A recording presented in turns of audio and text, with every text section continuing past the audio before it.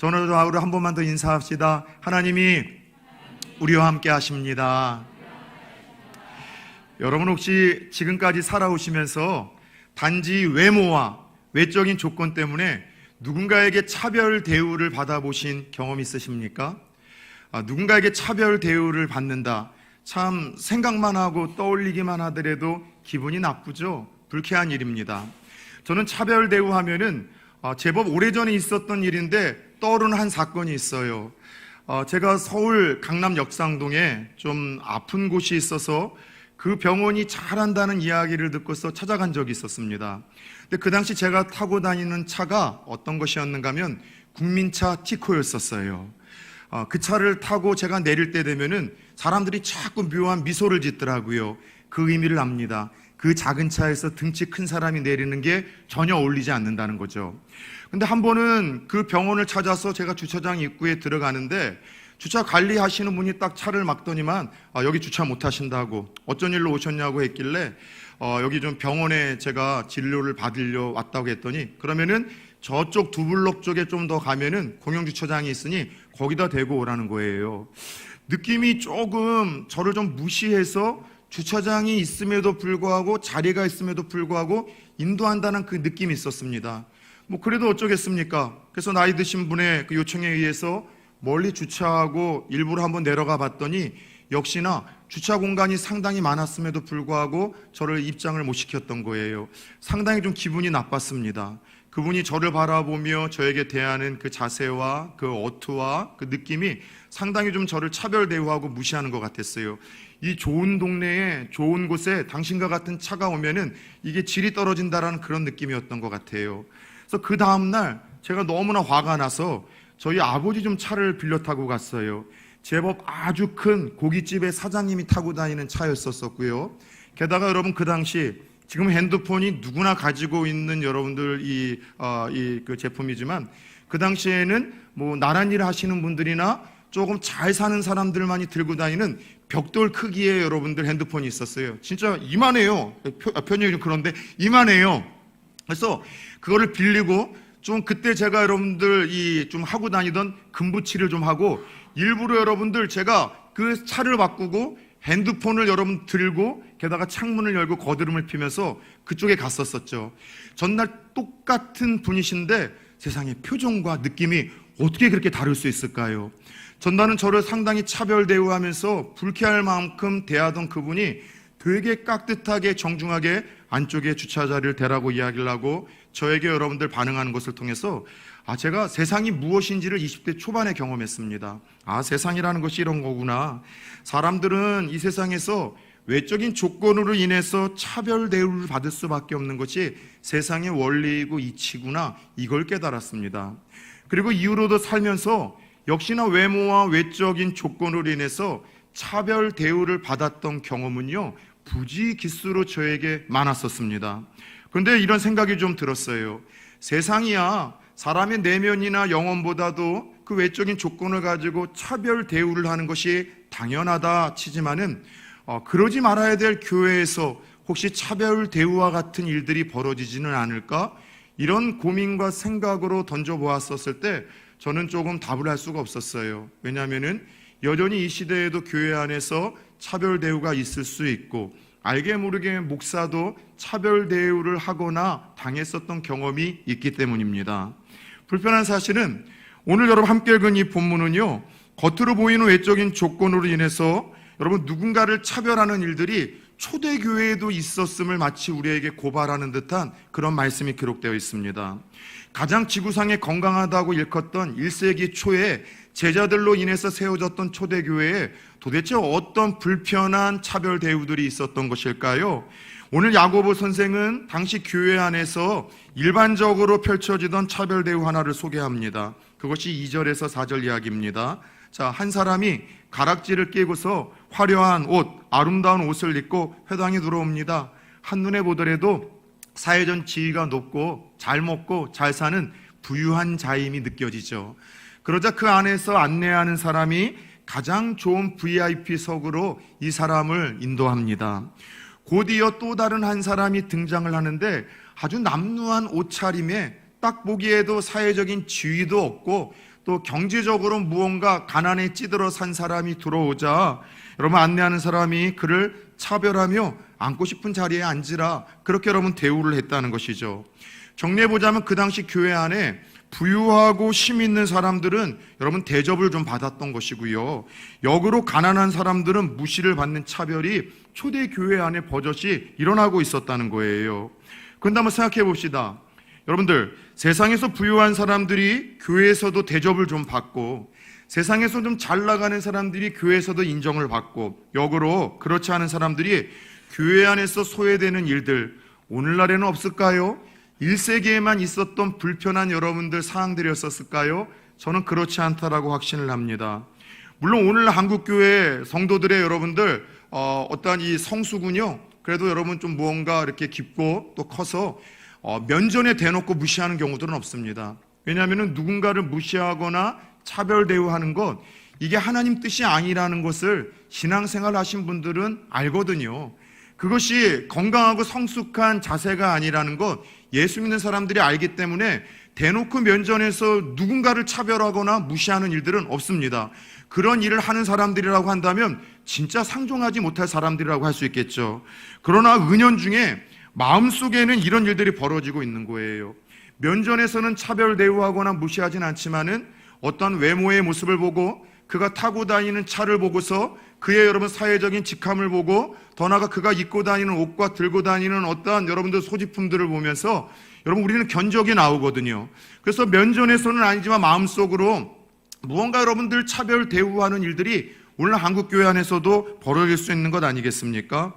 여러분, 부유한 자와 가난한 자, 잘 사는 자와 그렇지 못한 자만의 차별만이 아니라 외적인 조건들로 인한 다양한 종류의 차별이 오늘날 교회 안에서 벌어지고 있다는 것입니다. 어떤 차별이 있을까요? 연령과 나이에 대한 차별이 교회 안에서 벌어질 때가 있어요. 무슨 말인가 하면 나이가 많으신 연장자들이 연소한 자들을 차별하는 거예요. 야, 얼마나 살았다고 그런 얘기를 하냐? 세상 살지도 못한 이 어린 것들이 그런 말을 하고 다니고 그런 행동을 하고 그런 이야기를 하네. 자기가 살아온 연수가 많고 나이가 많다는 것 때문에 젊은 친구들의 모든 것들에 대해서 무시를 하고 함부로 대하는 거죠. 함부로 이름을 말하고 함부로 여러분들 지시를 하고 어린아이들을 무시하고 차별하는 일들이 있죠. 아주 불편한 이야기이지만 제가 부교육자 때 좀 이러한 어떠한 좀 고민이 하나 있었습니다. 교육부서에서 섬길 때 항상 여러분 연말만 되면 긴장이 되는 거예요. 교회가 조금 재정 상태가 어려워지면 장년들에 대한 어떤 행사와 그로 인해서 잡혔던 예산들은 삭감이 안 되는데 주일학교에 대한 어떤 이 예산과 관련된 것들은 자꾸 삭감이 되는 거예요. 물론 목사님들과 장로님들이 항상 그런 얘기를 합니다. 다음 세대를 살려야 된다. 주일학교가 살아나야 교회의 소망이 있고 사회가 여러분 살아난다. 그래서 다음 세대를 살려야 된다는 이야기를 주구장창하는데 정작 조금만 교회가 어려워지면은 이 예산 삭감은 주일학교로부터 일어나는 거죠. 그래서 저는 그 속내를 압니다. 왜냐하면은 주일학교는요, 투자해도요 무언가 도움이 안 되는 거예요. 어른들을 열심히 대접해드리고 잘 섬기면은 그들이 열심히 신앙생활을 해서 믿음이 자라 교회 헌금도 하기 때문에 교회가 풍요로워지고 여유로워지죠. 근데 주일학교 친구들은 열심히 지원을 해도 쓰기만 할 뿐 거기로부터 무언가 여러분들 교회 재정적인 지원을 못 받는 거예요. 그런 이유로 인해서 주일학교를 조금 여러분들 소홀히 하고 차별 대우하는 일들이 여러분 교회 안에 제가 부교육자 생활을 하다 보면 종종 있었어요. 저희 교회는 전혀 그렇지 않습니다. 장로님들이 저와 같은 생각과 목회 철학이 있기에 주일학교가 여러분 시대의 소망과 미래의 꿈나무라고 이야기할 뿐만이 아니라 전폭적으로 하고자 하는 것은 지원을 하고 더 지원을 하려고 합니다. 그런데 잘 한번 생각해 보세요. 주일학교 친구들이 돈 안 된다고 이야기를 하지만 돈 된다고 하는 그 어른들도 60, 70이 넘으면 다 은퇴해서 더더욱 돈이 안 되는 건 똑같은 것 아니겠습니까? 한 영혼을 숫자와 돈으로 계산하려고 하는 이 시도의 공동체를 어떻게 하나님께서 건강하다고 이야기를 하시고 축복하실 리가 있겠습니까? 그런데 역으로 여러분들 이 연소한 친구들이 어르신들을 무시하는 경우들이 있어요. 나이 드신 분들이 뭘 할 수가 있어? 무슨 도움이 되겠어? 냄새가 나? 아이고 고지식해. 그래서 여러분 한 알만한 어떤 이 정치 지도자 하나가 그런 망언을 했죠. 젊은 친구들과 나이 드신 분들 남은 생애의 연수가 다른데 똑같은 투표권을 주는 것이 말이 되느냐, 그런 생각과 발상을 했다는 것 자체가 저는 이해가 안 되는 거예요. 그런데 이런 일들이 여러분 교회 안에서 나이와 연령에 의해서 이렇게 서로 여러분 차별 대우하는 일들이 종종 있다는 것이죠. 또 교회 안에는요, 죄송하지만 성별에 대한 차별 대우가 여전히 남아있을 수 있습니다. 여러분, 예수님이 오셔서 하신 가장 많은 일들 중에 좋은 일 하나가 있다면 당시 천대를 받던 여성들의 인권과 더 나아가 그들의 이 영향력을, 주의를, 역할을 회복시키셨다는 것이죠. 그래서 그 당시 예수님 당시에 여성들은 사람으로서 대우를 못 받았는데 예수님은 그들과 함께 사역을 하셨고 그들의 재능과 달란트를 통해서 함께 동역자로 부르셨고 또 그들의 이름을 성경 속에 기록을 내놓으시며 하나님께서 우리 여성들을 통해서 얼마나 많은 영광을 받으셨는지에 대해서 그들을 인정해 주시고 격려해 주셨던 것이 여러분이 성경을 보면은 여럿이 기록이 되어 있고 또 남아 있습니다. 자, 그런데 예수님이 오셔서 그리고 이 예수님의 정신을 따른 기독교가 흘러가는 곳에는 여성들의 지위와 역할들이 많이 회복됐음에도 불구하고 한국 사회는 아직까지 전 세계에서 볼 때 여성들의 지위와 역할들이 많이 여러분들 이렇게 인정을 못 받는 그러한 안타까운 사회 어떤 구조 속에 있습니다. 똑같이 일을 하지만은 똑같이 그에 따른 보상과 연봉이나 대가를 받지 못하고, 지금도 여러분 조선시대가 아닌데 어떤 교회에서도, 우리 교회에서도 그럴 수 있습니다. 이 앞에 강대상은 신성한 곳이어서 목사와 장로님들은 오셔서 사회도 보시는데 여성들은 올라오면 안 됩니까? 이게 교회 안에 있는 예수님께서 정해놓으신 것도 아니고 성경에서도 없는 그런 차별 대우가 이런 제도 속에서 여전히 남아있는 것이죠. 그래서 알게 모르게 여성은 이래서 할 수 없고 이래서 안 돼, 성별로 인한 차별 대우가 어쩌면 여러분 교회 안에도 여전히 남아있는 것 아니겠습니까? 그런데 곰곰이 한번 생각해 보세요. 여성들이 정말 배려심이 많고 그리고 가족을 사랑하는 마음 때문에 그렇죠. 여성들이 늘 자주 대하는 것들을 보면은요, 다 무시무시한 것들이에요. 바늘, 가위, 식칼, 포크, 가스, 그걸 여러분 마음 착하게 먹고 가족들 향한 배려와 사랑의 여러분 도구로 쓰기 때문이지 여성들 무시해서는 안 됩니다. 그럼에도 불구하고 한국 교회 안에 성별로 인한 차별 대우가 여전히 남아있을 수 있습니다. 그것뿐입니까? 사람이 가지고 있는 학업, 어느 학교를 나왔느냐, 직업, 세상에서 그가 어떤 직분을 가지고 있느냐, 더 나아가 경제력, 얼마나 부유한 자냐, 더 나아가 그 사람이 어디 지역 출신이냐. 그래서 어떤 회사에서는 전라도 CEO는 경상도 사람들을 안 쓴다고 하대요. 경상도 CEO는 또 전라도 사람 안 쓰는데 전라도 CEO는 또 경상도 사람을 안 쓴다고 하면서 지역에 대한 차별 대우가 많이 여러분들 이것이 해결이 됐지만 여전히 남아 있습니다. 죄송하지만 어느 교회에서도 여러분들 어느 지역 출신의 교육자들은 뽑지 않고 사용하지 않는다는 이야기가 버젓이 여러분들 나돌고 있습니다. 그것뿐입니까? 교회에서는 직분에 대한 차별 대우가 있어요. 장로님들은 무언가 차별을 받아야 될 것 같고 목사들은 더 차별을 받아야 될 것 같고 부목사님들이나 성도들은 그에 대해서 또 차별 대우를 또 받습니다. 무언가 여러분들 내가 교회를 얼마나 다녔느냐, 우리 교회 우리 가족과 가문이 몇 명이냐 되냐를 따라서 차별 대우를 받거나 차별 대우를 하는 경우들이 교회 안에 있을 수 있습니다. 분명한 사실은 불편하지만 사회에서 외모와 외적인 조건들로 인해서 차별 대우가 벌어진 것처럼 오늘날 한국교회 안에도 여러분들 사람들의 연령과 성별과 학업과 직업과 경제력과 직업 그리고 신앙의 연수와 직분에 따른 이런 여러분 차별 대우가 얼마든지 있을 수 있다는 거예요. 최근에는 이상하게도 몇 년 동안 그런 풍토가 한국 이 사회 가운데 많습니다. 자기 어떠한 이 정치 편력으로 인해서 차별 대우를 받는 경우들이 있는 거예요. 자기가 지지하는 정당에 따라서 다른 이제 정당을 지지하게 되면은요, 차별 대우를 하는 거죠. 다시 한번 주의 이름으로 따뜻하게 권면을 드립니다. 부산 초원교회에서 여러분이 성도라는 이름으로 영적인 한 가족으로 모이셨다면 교회 안에서는 정치 얘기하지 마십시오. 아버지와 아들도 정치 이야기를 하다가 싸우는 판인데 왜 6일 동안 수도 없는 그 지겨운 정치 이야기, 편가르기 이야기를 듣고 교회 안에서도 와서 그 이야기를 하냐는 거죠. 합리적이든 과학적이든 내 입장에서 이야기하는 이야기들은 내 정당에서 이야기를 하는 것이고, 그것이 상식이든 합리적이든 과학적이든 내 정당에서 인정하지 않는 것은 들리지 않는 법이에요.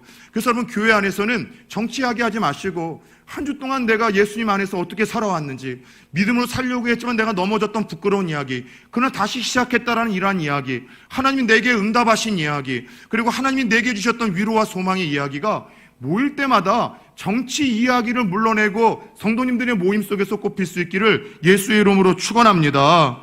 여러분, 분명한 사실은 성경을 통하여 하나님은 이 땅에서 벌어지는 모든 종류의 차별을 그분은 반대하고 있음을 말씀하십니다.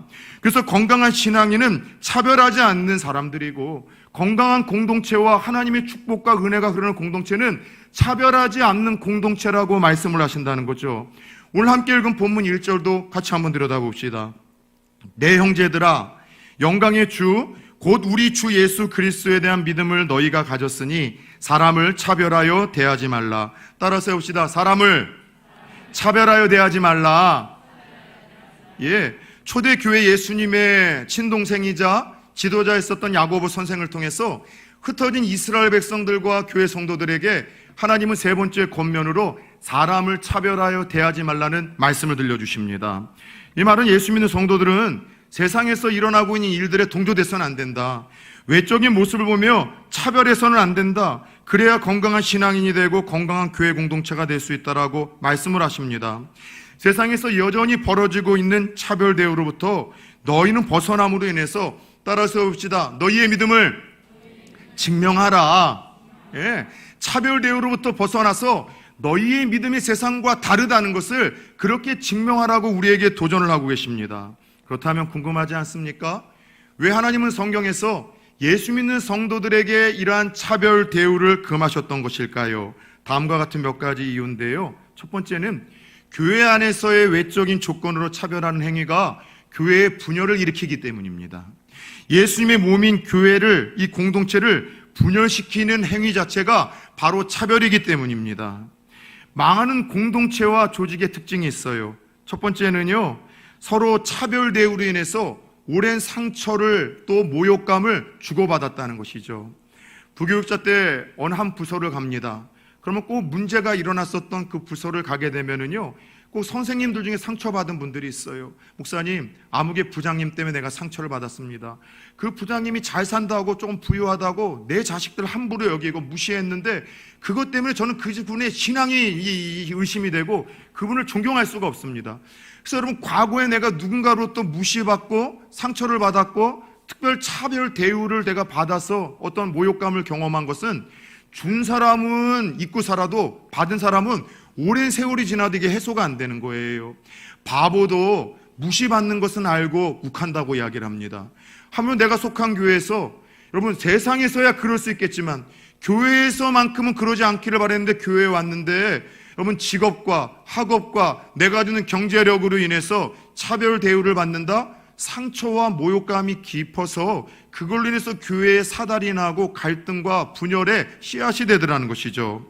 역으로 부흥하는 공동체, 건강한 공동체의 특징이 뭐냐? 두 가지가 있어요. 여러분, 신천지도 여러분들 불편해하는 공동체가 있다는 사실 아십니까? 신천지가 불편해하는, 회피하는 교회들이 있습니다. 어떤 교회라고 생각하십니까? 기도 많이 하는 교회, 그죠? 우리가 생각할 때는 성경 공부 많이 가르치는 교회, 이런 교회는 신천지가 불편해하고 피할 것 같죠? 천만의 말씀, 만만의 콩딱. 신천지들이 불편해하고 피하려고 하는 건강한 교회는요, 첫 번째, 성도들이 그 교회를 좋게 생각한대요. 우리 교회 같은 교회 없어. 우리 교회 진짜 좋다라고 자주 이야기를 하는 교회라고 합니다. 두 번째는요, 교회 담임 목사님이 좋다고 이야기를 합니다. 우리 교회 담임 목사님 너무너무 좋아. 여러분, 이 말을 하는 성도들이 있는 교회는요, 회피한다고 합니다. 가봐야 씨알도 안 먹히는 거예요. 그런데 여러분, 신천지가 만만히 여기는 교회, 우리 교회가 여러분 안 좋아, 이런 게 문제이고 우리 목사님은 다 나쁜데 이게 제일 나빠, 항상 이런 식으로 반응하는 교회가 신천지가 활동하기가 제일 좋은 교회라는 거죠. 그리고 여러분, 더 나아가 항상 차별 대우로 인해서 누군가가 상처를 받고 소외를 당하는 자들이 많은 교회. 그래서 그 사람들에게 쓱 찾아가서, 어제 내가 네 꿈 꿨다, 문제 없냐? 너를 위해서 기도하고 있다. 내가 아는 선교사님과 좋은 단체가 있는데 성경 공부를 한번 해보지 않겠느냐? 그래서 끌어들여 가지고서 그렇게 소외당하고 차별 대우에서 상처받았던 사람들의 동반자가 되어주는 것처럼 다가가 여러분이 인정으로 인해서 가스라이팅하고 결국 관계 중심으로 인해서 잘못된 비진리의 길로 이끌어가는 것이 신천지의 전략 아니겠습니까? 그런데 여러분, 성공하는 교회와 여러분들 부흥하는 교회와 망하는 교회가 이런 차이가 있는 거예요. 벌써 한 17, 8년 된 것 같습니다. 우리 한국 교회는 앞으로 어쩔 수 없이 미국 교회의 그 전철을 따라갈 수밖에 없기 때문에 한 12분의 목사님과 더불어 미국의 가장 건강하게 성장하고 있는 교회를 한 13교회를 탐방했었어요. 한 달 정도요. 그래서 여러분들 비행기를 타고 다니면서 작게는 한 3, 400명에서 많게는 한 5만에서 7만 정도 되는 교회, 그저 유명한 교회만이 아니라 그 지역사회에 강력한 영향력을 끼치며 칭찬받는 그 건강한 교회를 찾아서 직접 이렇게 찾아다녔어요. 그리고 교회 시설만 본 것이 아니라 담당 목사님이나 담임 목사님에게 사전 2달 전에 편지를 보내가지고서 1시간에서 2시간 동안 인터뷰를 좀 했습니다. 근데 제가 느낀 것이 있어요. 건강한 교회, 부흥하는 교회와 그렇지 못한 교회의 이 특징이 뭐냐면 차별 대우라는 문제가 가름을 하고 있다는 것이죠. 한 번은 휴스턴 지역에 제가 머물 때입니다. 토요일이었는데 그 다음날 휴스턴에 있는 한 교회를 방문하기 위해서 그 도시에 왔는데 세상에 갑자기 폭우가 쏟아진 거예요. 토요일 저녁서부터 주일 아침까지. 그래서 제 기억으로 정강이 있는 데까지 도시에 여러분 물이 차가지고서 저희가 예배를 드리려고 했던 그 교회는 도저히 갈 수 없는 상태가 되었고, 주일이다 보니 그래도 목사들이 예배를 드리다 보니까 그래도 근처에 조금 규모가 있는 한 교회를 찾아서 갔어요. 교회 건물은 큰데 한 100명 정도, 그것도 나이 드신 분들만 앉아 있는데 참 웃긴 것은 다 여러분들 백인들만 있어요. 주로 미국 교회, 성장하는 교회, 부흥하는 교회 가보면은요, 흑인들도 있고 멕시칸들도 있는데 희한하게 그 교회는 나이 드신 이 백인들 어르신들만 100명 앉아 있는데 들어갈 때부터 기분이 좀 나쁘더라고요. 아이고, 이 아시아 사람들이 왜 우리 교회에 왔지? 뭐 환영하고 따뜻하게 이렇게 인사하는 것이 아니라 아주 좀 부끄러운 시선으로 좀 불편하게 우리를 바라보고, 예배 때도 뭐 우리에 대해서 한 번도 언급도 안 하고, 예배 끝나고 나서 교회에 조금 어떻게 시설이 되어졌는가 이렇게 다니면은요, 그 불편한 느낌으로 저것들 혹시 무언가 훔쳐가는 것 아니야? 이런 느낌으로 우리를 주시하면서 쫓아다니는 사람들의 시선이 느껴지는 거예요. 나와서 상당히 불쾌했습니다. 아, 이 교회가 안 되는 이유가 이런 이유이구나. 그리고 원래 방문하려고 했던 그 교회를 그 다음 주 주일날 연기를 해서 방문을 했습니다. 예, 대형 교회임에도 불구하고 한 2만 명이 모이는 교회인데 동행에서 온 한 12~13명의 이 목사님들을 세상에 그 입구서부터 되게 환하고 따뜻하게 환대를 하더라고요. 그리고 가장 예배의 은혜가 넘치는 이 앞자리로 우리를 이끌어 줬고요. 그날 목사님도 설교를 하다가 광고 시간에 우리를 언급하시고 일어나서 성도님들에게 소개까지 합니다. 예배 끝나고 나서 목사님이 같이 사진을 찍자라고 이야기를 했고, 예배가 다 마치고 축도 후에는 성도님들이 막 다가와서 막 말도 안 되는 걸로 막 아는 척을 하는 거예요. 우리 할아버지가 참전 용사였다는 등, 우리 아들이 뭐 연세대 학당을 뭐 다녔다는 등, 내가 뭐 떡볶이를 먹었는데 뭐 맛있다는 등. 그래서 여러분, 낯선 동양의 이방인들에게 와서 막 친절하게 대하고 주님의 사랑으로 막 교제하려고 하는 모습을 보면서, 아하, 하나님이 축복하시고 쓰시는 교회가 바로 이런 교회이구나라는 것을 뼈저리게 느끼게 하신 거예요. 사랑하는 여러분들, 부산 초원교회는 갈수록 더 건강한 교회, 하나님이 축복하시는 교회, 그래서 사랑이 머물러서 사람들이 모여드는 공동체가 될 수 있기를 축원합니다. 그러기 위해서 무엇보다도 우리 안에 있는 여러분 은연한 그 차별 대우의 그 마음과 그 여러분 생각들이 여러분 깨끗이 사라질 수 있기를 예수 그리스도의 이름으로 축원합니다. 이런 이유로 하나님은 피로 값주고 사신 공동체 안에서 갈등이 일어나지 아니하고 건강한 공동체, 세상의 아름다운 소개와 칭찬을 듣는 공동체가 되기를 원하셔서 차별 대우를 금하셨던 것입니다. 두 번째, 공동체 안에서 차별 대우를 금하신 이유는 하나님이 일하시는 방식과 다르기 때문이에요. 이것이 5절과 6절에서 이야기가 되어집니다. 차별이라는 것이 그런 거잖아요. 그 사람의 내면과 성품과 인격과 믿음보다는 그저 외적인 조건을 중요하게 여기고 반응하는 것인데, 하나님은요, 따라 세웁시다. 중심을 보시는 분. 예, 하나님은 우리의 생각이 어떠하고 우리의 마음이 어떠하고 인격이 어떠하고 우리의 영혼이 어떤지가 우리가 뭘 입고 뭘 치장하고 뭘 들고 다니고 뭘 타고 다니냐보다도 하나님에게서는 더 중요해요. 그런데 하나님은 다 아시기에 우리의 내면과 인격과 성품과 믿음을 보고 판단하시지만 사람은 신이 아니잖아요.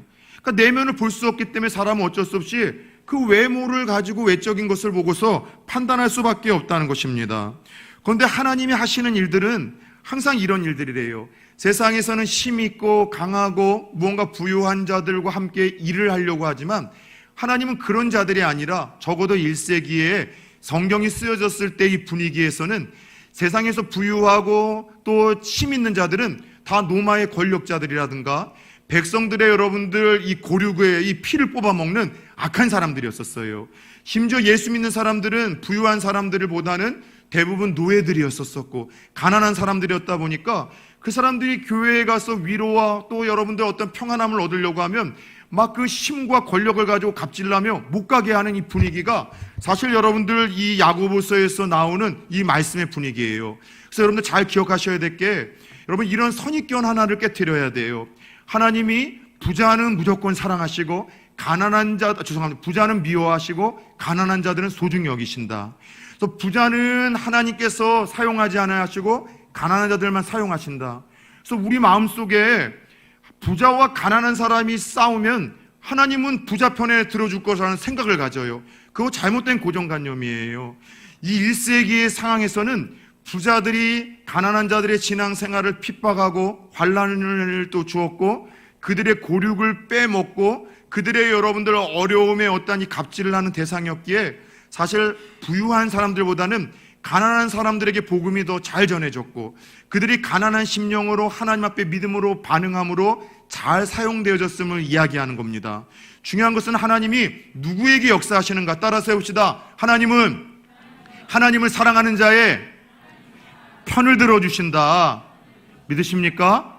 그래서 공산주의자들의 이론처럼 부유하고 많이 가진 사람들은 하나님도 미워하신다. 이런 선입견 가지고 접근하시면 안 돼요. 하나님은 부자이든 가난한 자이든 하나님을 사랑하는 자의 편에 들어주시고 그들 통해서 일하시는데 적어도 이 성경이 기록되던 1세기에는 그런 부자들이 여러분 악한 짓을 했었고 가난한 자들이 가난한 심령으로 복음을 받아들였기에 하나님이 일하심을 봐라. 부유하고 잘나서 하나님 의지하지 않는 사람들보다는 가난하여 하나님을 의지하는 사람들을 통해서 구원의 역사가 일어나고 저들을 통해서 하나님의 나라가 확장되어지고 저들을 통해서 다른 사람들에게도 행복이 흘러가는 것 아니냐라고 이야기를 하며 그렇게 아름다운 일을 위해서 쓰임받는 가난한 자들을 함부로 너희들이 차별대회해서는 되겠느냐 그 이야기를 하시는 거예요. 그래서 사랑하는 여러분 하나님이 일하시는 방식은요 항상 여러분 심령이 가난하고 그리고 더 나아가 하나님을 그래서 의지하고 하나님을 사랑하는 자들이기에 외적인 모습만을 보고서 함부로 판단을 하거나 차별 대우할 수 있는 실수의 늪으로부터 우리 자신을 보호해 나갈 수 있기를 예수 그리스도의 이름으로 축원합니다. 저는 차별과 관련돼서 깨트려야 될 선입견과 고정관념이 하나님이 가난한 자만 사랑하시고 부자들은 미워하신다는 것만이 아니라 또 이런 것이 있어요. 무조건 차별 대우를 하지 말아야 되니까 교회는 다 용납해야 된다. 다 품어줘야 된다. 사랑으로 다 끌어안아야 된다. 잘 들으셔야 됩니다. 하나님은 용납하시되 인정하시는 분은 아니세요. 용납과 인정을 통해서 차별 대우에 여러분 우리는 기준을 삼아야 됩니다. 하나님은 죄인은 용납하십니다. 그러나 죄 자체는 인정하지 않으시는 분이에요. 이게 이해가 되십니까? 동성애자들을 여러분 교회에서 품어줘야죠. 용납해야죠. 그들을 축복해야죠. 그들이 정말로 바른 여러분들 가치관과 또 삶의 자세로 돌아오기를 여러분 우리는 그렇게 여러분 축복해야죠. 그런데 그들 자체를 우리가 비난해서는 안 됩니다. 그렇다고 해서 동성애의 여러분 그 행위와 죄까지도 교회 안에서 끊어주고 좋은 게 좋다는 식으로 인정해줘서는 안 되는 거예요. 왜냐하면은 여러분 모든 것에 대한 여러분이 차별 대우를 없애는 것 중에 하나가 아까 얘기한 것처럼 용납과 인정이라는 것을 구별해야 되고 또 하나는 평등과 공평이라는 것을 구분해야 돼요. 성소수자들, 사회적인 약자들이라고 이야기를 하는데 다수자들의 여러분들 이 차별 대우를 받는 일들은 어떻게 해야 됩니까? 왜 소수의 사람들만 인정을 해줘서 대다수 사람들이 누려야 될 공평의 것들의 기회들을 뺏어갑니까? 속아서는 안 돼요. 차별 대우에 여러분 실수로부터 벗어나야 되고 죄악으로부터 벗어나야 되지만 따라서 해봅시다. 용납과 인정을 분별해야 된다. 한 번만 더 따라서 해봅시다. 더 나아가 평등과 공평을 구별해야 된다. 예, 평등과 공평을 구별해야 돼요. 각자의 자리에서 여러분들 그 차별 대우를 받는 거에 따라서 하나님께서 말씀을 하시며, 그러나 이것은 하나님이 일하는 방식과 다르다고 말씀을 하세요. 그렇다면 오늘 성도들이 목사인 저도 쉽게 외적인 모습을 보고 은연중에 마음속에 누군가를 차별하는데, 이 차별 대우를 하는 죄로부터 벗어나는 방법, 여러분 무엇이 있을까요? 첫 번째는요, 차별 대우하지 않는 것이 가장 큰 계명을 지키는, 가장 최고의 법을 지키는 이것이 믿음이라는 것을 기억하면서 하는 거예요. 오늘 8절 9절을 보면 하나님이 이런 얘기를 하십니다. 하나님이 우리에게 주신 모든 말씀은 하나님을 사랑하고 이웃을 사랑하는 말씀으로 요약이 다 된다는 거예요. 사실 마태복음 22장을 보면 한 서기관이 불순한 의도로 예수님에게 이런 질문을 툭 던집니다. 예수님, 우리 인생에서 최고의 법이 무엇입니까? 하나님이 한 700가지가 넘는 그 많은 율법 중에 꼭 우리가 붙들고 죽어도 좋을 만큼 가장 위대한 계명이 무엇입니까? 라고 물어봤을 때 예수님께서 마태복음 22장 37절에서 40절을 통해서 이런 이야기를 하셨어요. 주 너의 하나님을 사랑하라 하셨으니 이것이 크고 첫째 되는 계명이요, 줄 때도 이와 같으니 내 이웃을 내 몸과 같이 사랑하라. 그래서 최고의 법은 하나님 사랑하는 것, 이웃 사랑하는 거예요. 그런데 오늘 야고보 선생을 통해서 주시는 말씀을 보면은요, 우리가 사람을 차별하는 것 있잖아요.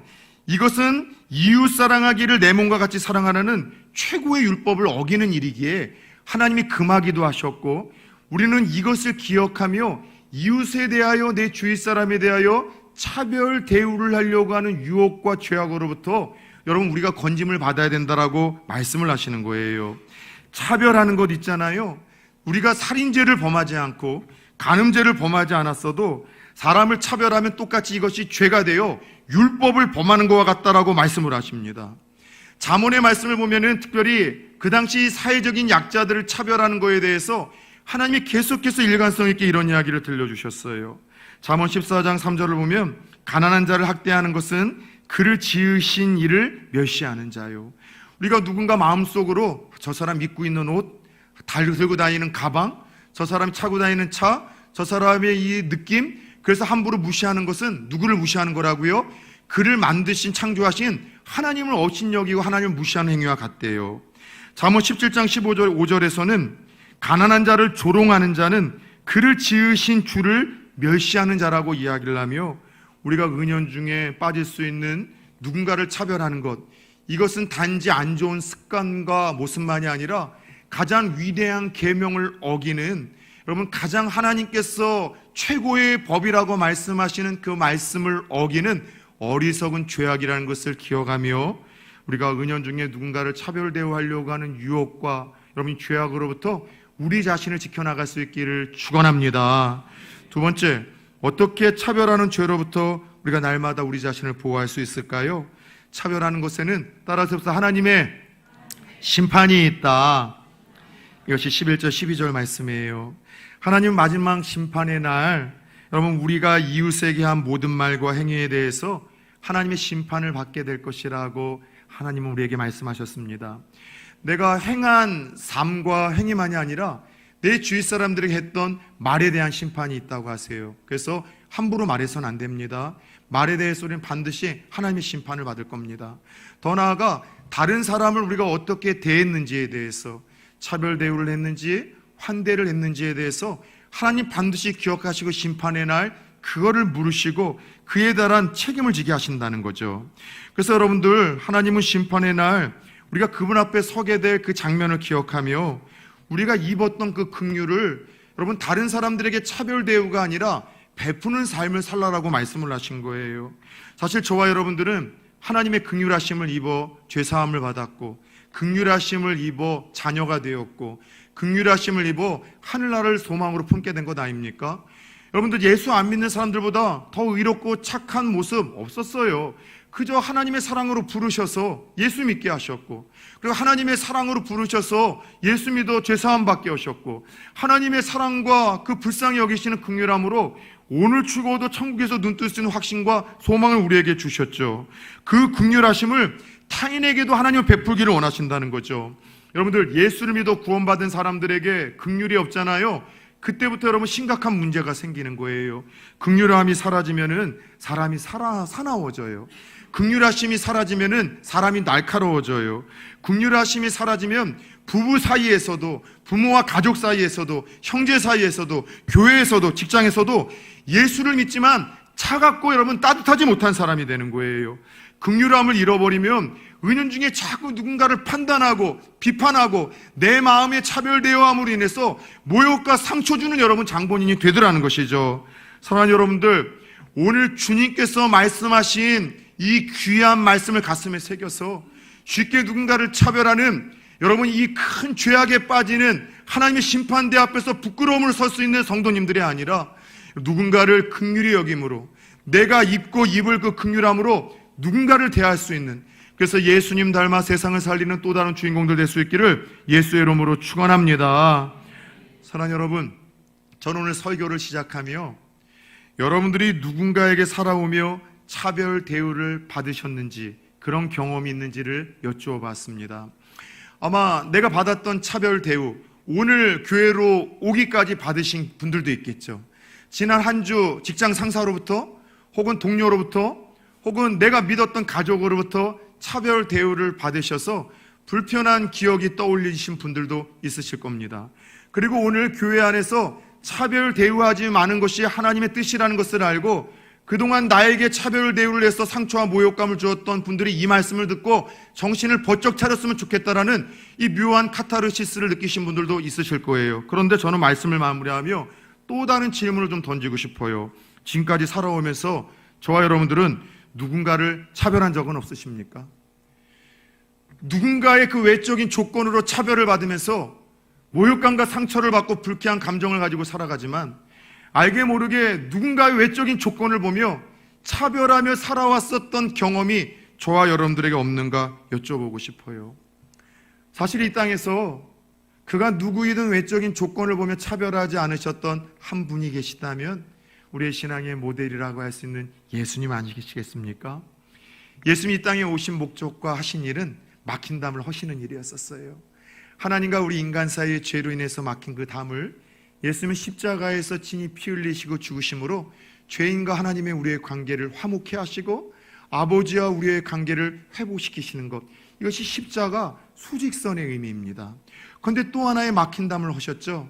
사람의 인종과 사람의 직업과 또 사람의 여러분들 경제적인 상황과 성별로 인해서 사람과 사람 사이의 차별로 인해서 막혀진 그 담을 예수님께서 십자가에 오셨기에 십자가는 수직과 수평이라는 특별한 여러분 사형 틀에서 예수님께서 돌아가신 거예요.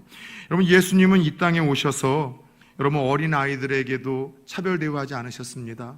사람 대접도 받지 못하던 어린 아이들이 예수님의 말씀을 들으러 올 때 그들을 막는 제자들을 오히려 혼내셨죠.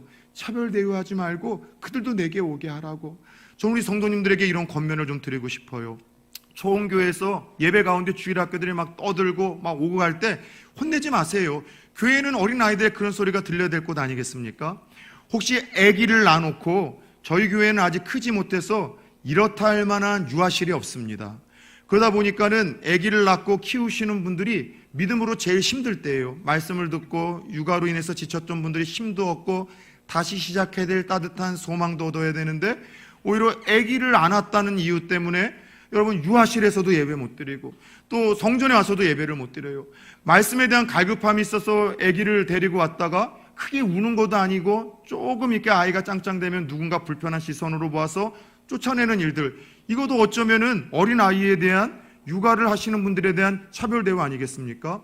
부산 초원교회 우리 청년들이나 젊으신 분들이 아기를 많이 낳아놓고 더 부흥이 돼서 유아실을 번듯하게 짓기 전까지는 아기를 낳고 예배를 누군가가 드린다면 그 아기가 막 심하게 울거나 떼를 쓴다면 괜찮아요. 그렇다면 조금 여러분 우리가 좀 다른 방도를 찾아야 되겠지만 그게 아니라면 여러분들 눈길도 주지 마시고 마음껏 아이들과 또 아이를 키우는 육아하는 엄마들이 예배 드릴 수 있도록 그렇게 대우를 따뜻하게 여러분들 용납하고 배려해 줄 수 있는 성도님들에게 축원합니다. 예수님은 심지어 여인들도 더 나아가 그 당시 더럽다라고 손가락질 받았던 여러분 죄인들도 차별 대우하지 아니하시고 용납하셨던 분이셔요. 그래서 예수님이 계셨던 곳에는 항상 따뜻함이 있었고 위로가 넘쳤고 치유와 회복의 역사가 일어나고 구원의 열매가 맺어졌던 것입니다. 그리고 사람들은 예수님으로 인해서 장차 우리에게 주어질 천국이 이와 같이 모든 차별이 무너진 곳이라고 우리 하나님께서는 말씀을 하셨고, 이사야 선지자를 통해서는 천국을 이렇게 묘사하고 있으십니다. 어린 양이 사자와 함께 뛰놀고 눕는 그런 세상, 어린아이가 독사굴에 손을 넣어도 전혀 해를 당하지 않는 세상, 다시는 전쟁과 갈등과 눈물이 없는 세상, 더 이상 사람과 사람 사이에 차별이 없는 세상, 장차 우리가 예수 그리스도를 통해서 가게 될 하나님의 나라는 이런 차별 없는 세상이라고 이야기를 하며, 우리가 죽어서 가야서 경험해야 될 그 세상만이 아니라 예수를 믿고 이 땅에서 경험하는 우리 공동체 안에서도 이런 차별 없는 세상을 만드는 것이 필요하지 않겠느냐고 오늘 우리에게 말씀하시는 거예요. 사랑하는 여러분들, 만약 저와 여러분 중에 주위에 은연중에 차별하던 무시하던 이들이 있다면 더 이상 그들이 차별의 대상, 판단의 대상이 아니라 섬김과 우러와 사랑의 대상임을 기억하시길 축원합니다. 그럴 때 하나님의 축복이 우리 부산 초원교회에 임할 것이고요. 사람들 하나하나를 장사하시는 분들입니까? 자영업을 하십니까? 직장생활 하십니까? 한 사람 한 사람을 차별 대우하지 않고 소중히 여기고 존중히 여길 때 하나님이 여러분들의 길을 평탄케 하시고 사업을 축복하실 거예요. 예전에 공룡 기업 스타벅스와 싸워서 승리한 한 작은 카페 사장님의 간증을 들은 적이 있습니다. 미국에 사시는 분인데 힘겹게 한 시내 모퉁이 1층에 카페를 오픈을 했는데 갑자기 그 지역이 번화가가 된 거예요. 그러다 보니까 장사 속에 밝은 그 스타벅스에서 그 건물 주인에게 그 카페 자리를 우리에게 내달라, 더 비싼 돈을 몇 배로 쳐줄 테니 그 장소를 내달라고 제안을 했는데, 건물주가 이 사장님하고 너무나 가깝고 또 그분을 참 사랑해서 그걸 허용을 안 한 거예요. 자, 스타벅스가 머리를 굴리기 시작합니다. 그러면은 2층을 우리에게 달라, 1층을 줄 수 없으면. 그래서 2층은 비어있기에 그렇게 그 건물주가 스타벅스에게 2층을 빌려줬는데, 스타벅스의 전략은 그거였어요. 2층에 스타벅스가 있고 1층에 작은 카페가 있으면 사람들이 어디로 오겠는가? 이거 같이 경쟁을 해서 살아남겠는가? 그리고 1층이 이제 두 손 들고 나가면 그것까지도 꼴딱 이제 우리가 가져서 1, 2층을 스타벅스로 이제 만들려고 했던 건데, 오히려는 빗나가기 시작합니다. 1층이 더 잘 되는 거예요. 끊임없이 더 많은 손님들이 오는 거예요. 그리고 결국 스타벅스가 두 손을 들고 다른 곳에 1층과 2층을 얻어서 이전을 해버렸습니다. 목사님이 한번 신방을 가서 물었대요. 어떻게 스타벅스와 경쟁을 해서 이렇게 살아남고 축복받은 사업을 채를 만들 수 있었느냐. 그러자 그 여집사님이, 사장님이 이런 이야기를 하더래요. 자기 이 카페에 커피를 마시러 오시는 분들은 단지 커피만이 아니라 제가 건네는 따뜻한 미소와 또 안부, 그리고 사랑이 그리워서 오시는 분들이 많습니다. 그래서 저는요, 목사님 아침마다 손님이 들어올 때마다 항상 이런 마음으로 그들을 대합니다. 아하, 예수님이 오늘도 우리 가게에 찾아오셨네. 아, 오늘도 예수님이 나에게 오셨네. 그래서 한 사람 한 사람을 예수님 대하듯 그가 어떤 옷을 입고 어떤 성별이고 어떤 인종이든 항상 해맑게 웃으며 예수님이 찾아오셨다는 그 기쁨으로 그에게 대했을 때 하나님께서 그의 사업체와 그의 생업을 축복하셨다는 간증을 들었어요. 사랑하는 여러분들, 더 이상 부산 초원교회 성도님들 나이로 누군가를 차별하지 않기를 축원합니다. 성별로 사람을 차별하지 않기를 축원합니다. 외적인 조건들로 차별하지 않고 여러분들 하나님의 뜻을 이루며 우리의 믿음을 증명해 나가시는 또 다른 한 주가 될 수 있기를 주 예수 그리스도의 이름으로 축원합니다.